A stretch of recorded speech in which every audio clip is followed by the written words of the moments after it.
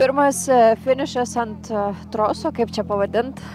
Diena prasidėjo labai gerai, atsilenkėm savo tą konkurentą. Aplenkėm Lenką, tada labai gaila pamatėm apvirtusį Arūną.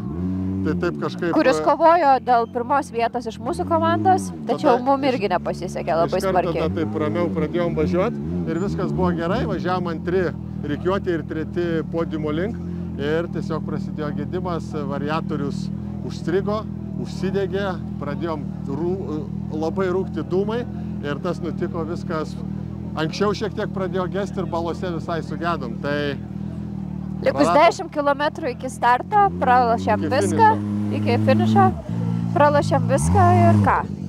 Tai žodžiu, labai liūdna, kai taip atsitinka, kai yra prizinė vieta, bet turbūt tai yra dalis visų varžybų. Ačiū labai Mindaugui. Sidabrui ir Ernestui, kad partempė mus. Ernestui, kad partempėm, trūko virvė, kelis kartus balose iki kelių braidėm ir taip toliau. Tai esam finiše, rezultato bendro nebus, jau tokio, kokio norėjom. Bet, Ir ačiū mūsų mechanikui Vaidui, kuris visada mums viską padaro ir paruošia. Ir visai komandai ir visiems tiems, kurie mus palaikė. Taip, ačiū rėmėjams, Rentvėjai, Juketui.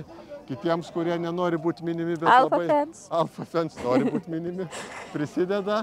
Ačiū fanams, ačiū šeimai ir pasimatysim kitose lenktynėse.